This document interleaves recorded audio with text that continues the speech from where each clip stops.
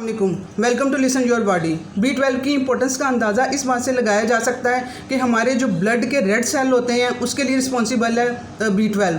उसके बाद जो हमारा DNA होता है जिस पे सारी बॉडी बेस कर रही होती है, अगर किसी का DNA बिगड़ चुका है, उसका वीक हो चुका है, उसको बिल्कुल स्ट्रॉन्ग किया जा सकता है, उसे चेंज किया जा सकता है, उसकी अच्छी रिक्वायरमेंट जो उसको चाहिए, उसको अच्छी न्यूट्रिएंट्स जो चाहिए वो उसे प्रोवाइड करके। अब एक आम इंसान को कैसे पता चलेगा कि मैं B12 डेफिशिएंट हूँ? आज के इस वीडियो में मैं यही बताने वाली हूँ कि क्या क्या उसकी सिम्टम्स होती हैं और किस तरह से वो जज कर सकता है एक आम इंसान कि मैं B12 डेफिशिएंट हूँ और उस पर वो अपना काम कर सकता है। अगर आप लोगों को लगे कि मेरा वीडियो आप लोगों के लिए इन्फॉर्मेटिव है तो प्लीज़ इसे लाइक करें, शेयर करें और जो लोग न्यू हैं चैनल पर इसे सब्सक्राइब करें ताकि मुझे मोटिवेशन मिलती रहे। अब सबसे पहले बात आती है थकावट की। मसल्स में पेन होना, जिस्म में जान ही ना होना, मसल्स में दुखना, जिस्म का दुखना, उससे क्या होता है जो हमारा नर्वस सिस्टम है वो बेस कर रहा होता है B12 पे। विटामिन B12 नर्वस सिस्टम के लिए बहुत ज़रूरी है, ठीक है। और नर्वस सिस्टम ने सारे सिग्नल देने होते हैं बॉडी को।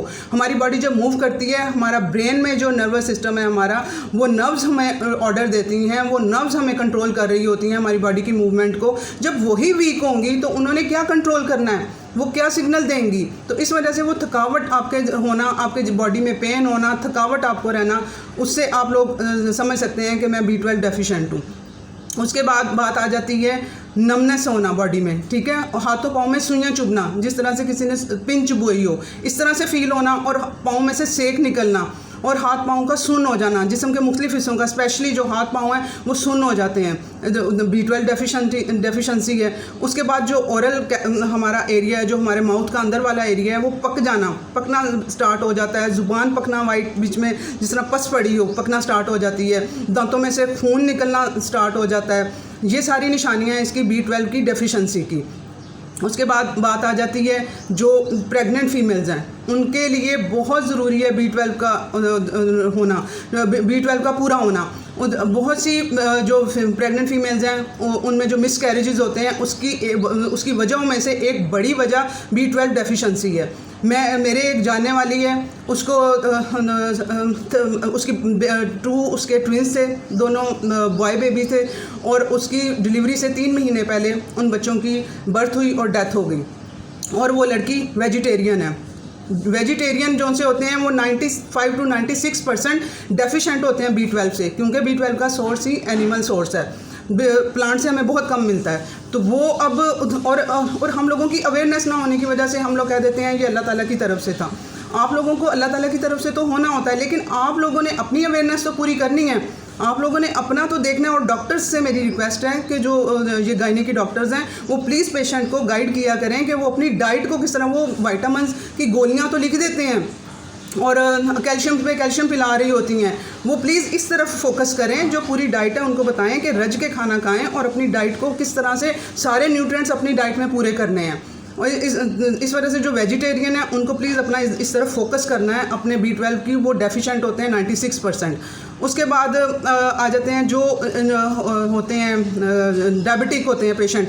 डायबिटिक पेशेंट की नर्व्स वीक होना स्टार्ट हो जाती हैं। किस वजह से? कि इंसुलिन उनमें ज़्यादा उनके ब्लड में होती है और जो इंसुलिन होती है वो B12 को एब्जॉर्ब नहीं होने देती है बॉडी में, जो डेली की हमारी रिक्वायरमेंट होती है और हमारी डेली रिक्वायरमेंट होती है B12 की। लेकिन ये है कि हमें वो चाहिए जौन सा होता है वो 2.5 माइक्रोग्राम चाहिए होता है, एक नॉर्मल सी उसकी क्वांटिटी हमें चाहिए होती है, लेकिन हम लोग वो भी नहीं पूरी कर पाते। जब मैं इसके सोर्सेज बताऊंगी तब आप लोगों को आइडिया होगा कि हम तो ले ही नहीं रहे होते हैं प्रॉपर B12। तो जो शुगर पेशेंट होते हैं उनमें स्पेशली उनकी नर्व्स जौन सी होती हैं वो B12 की डेफिशिएंसी की वजह से वीक हो रही होती हैं। तो इसी वजह से उन लोगों की आई साइट वीक हो रही होती है, उनके जिस्म कांपना स्टार्ट हो जाता है with the passage of time. उन लोगों में वो दिल घबरा रहा होता है उन लोगों का कि हम थोड़ी थोड़ी देर बाद कुछ ना कुछ खाएं। शुगर पेशेंट, वो यही वजह होती है कि उनमें B12 डेफिशिएंसी हो रही होती है। वो खा भी रहे होते हैं तो एब्जॉर्ब नहीं हो रहा होता, इस वजह से उन लोगों को थोड़ा ज़्यादा क्वांटिटी में B12 लेना है। उसके बाद अब बात आ जाती है कि ब्रेन फॉग होना। अगला बंदा बात कर रहा है, आप लोगों को समझ ही नहीं आ रही वो क्या कह रहा है, ठीक है ना, कंफ्यूज हो रहे हैं आप उसकी बात समझने में, इससे B12 डेफिशिएंसी है। हेडेक रहना, और ये बच्चों में आजकल बहुत ज़्यादा है, बच्चों के सर में पेन, बड़ों के सर में पेन, उसकी एक रीज़न B12 डेफिशिएंसी है। तो हमें B12 हमारे लिए बहुत इम्पोर्टेंट है, बहुत सी चीज़ों के लिए हम लोग इसको वो देख रहे होते हैं कि हमें वो ये B12 के चाहिए, हमारी रिक्वायरमेंट है इसके लिए। उसके बाद अब ये राशा की बीमारी, अब राशा के जिसमें जिस्म कांप रहा होता है, इंसान से चला नहीं जाता है प्रॉपर सही तरह से, अनबैलेंस हो जाना, B12 बैलेंसिंग के लिए भी बहुत ज़रूरी है क्योंकि नर्वस सिस्टम कंट्रोल करता है हमारी बैलेंसिंग को। जब नर्व्स वीक हैं तो वो बैलेंस नहीं कर पाएंगी बॉडी को। अब राशा की बीमारी में मैंने रिसर्चेस पढ़ी हैं, डॉक्टर्स यहाँ तक पहुँचे हैं वो सिर्फ ये जान पाए हैं कि ये राशा की बीमारी है। राशा की बीमारी जब स्टार्ट होने लगती है तो अनबैलेंसिंग होना स्टार्ट हो जाता है बॉडी इंसान का, और वो किस तरह से उनके कदम जो से हैं वो छोटे हो जाते हैं और वो चल नहीं पाते हैं और जिस्म कांप रहा होता है। और उसके लिए उन्होंने मेडिसिन उनको कि ये उनकी जो ब्रेन में जो सेल्स हैं ब्रेन के, उनके लिए ये वाली मेडिसिन हम उनको देते हैं, वो इजाद कर पाए हैं, लेकिन उसके भी साइड इफ़ेक्ट होते हैं। तो अब मैं कहती हूँ कि राशा के जो पेशेंट हैं वो B12 डेफिशिएंसी की वजह से वो उनमें ये सारी वो कन्वर्ट हो जाते हैं, जो स्फेयर कंडीशन जब हो जाती है तो वो राशा में कन्वर्ट हो जाती है।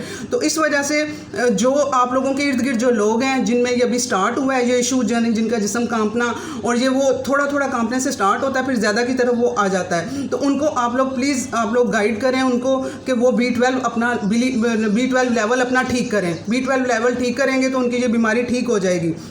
आप लोगों ने शुगर पेशेंट्स को गाइड करना है कि वो शुगर पेशेंट जो से हैं वो भी B12 लें, और क्योंकि जो शुगर पेशेंट्स होते हैं अक्सर वही 60% ही राशा में कन्वर्ट होते हैं और वही उनकी मसल्स और ये सारा कुछ वीक हो के तो B12 की डेफिशिएंसी की वजह से वो उसमें कन्वर्ट हो जाता है।